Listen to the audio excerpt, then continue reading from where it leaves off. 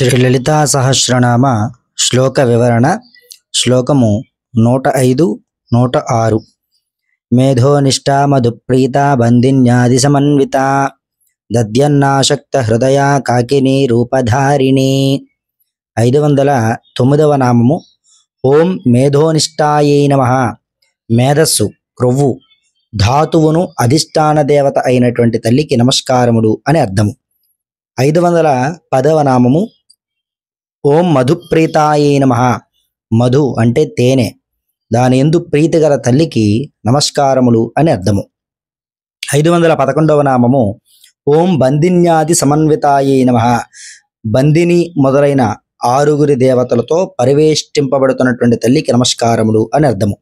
స్వాధిష్టాన పద్మముకు 6 దళాలుంటాయి కాబట్టి ఆ చక్రాధిష్టాన దేవత అయినటువంటి కాకిని యోగిని 6 దేవతా శక్తులచే పర్యవేక్షించబడి ఉంటుంది. 512వ నామము. ఓం దధ్యన్నాసక్త హృదయాయై నమః. దధ్యోదనము, పెరుగుతో చేసినటువంటి అన్నము, దాని పట్ల ప్రీతి కలిగి ఉన్నటువంటి తల్లికి నమస్కారములు అని అర్థము. 513వ నామము. ఓం కాకిని రూపధారిణ్యై నమః. కాకినీ దేవతా రూపంలో ఉండేటువంటి తల్లికి నమస్కారము అని ఈ 105వ శ్లోకానికి అర్థముగా చెప్పడం జరిగింది. 106వ శ్లోకము. మూలాధారాంబుజారూఢ పంచవక్రార్తి సంస్థిత అంకుశాది ప్రహరణ వరదాది నిషేవిత.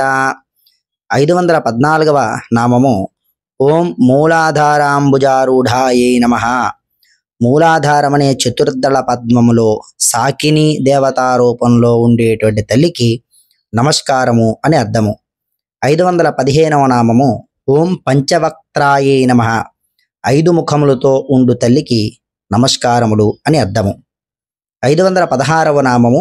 ఓం అస్థి సంస్థితాయై నమః.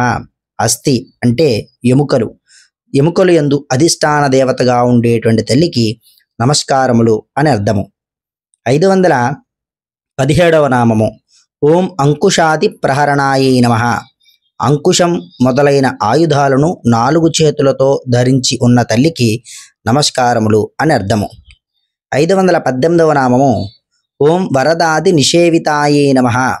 వరద మొదలైన 4 శక్తులచే సేవింపబడుతూ ఉండేటువంటి తల్లికి నమస్కారములు అని అర్థము. 4 దళాలు గల మూలాధార పద్మము యందు ఒక్కొక్క దళానికి ఒక్కొక్క దేవత చొప్పున 4 దేవతా శక్తులచే జగన్మాత శాకిని రూపంలో సేవించబడుతుందని ఈ 106వ శ్లోకానికి అర్థంగా చెప్పడం జరిగింది.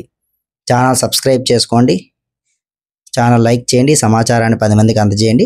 మరొక వీడియోతో శ్లోకము అర్థంతో మీ ముందుకు మళ్ళీ వస్తాను. స్వస్తి.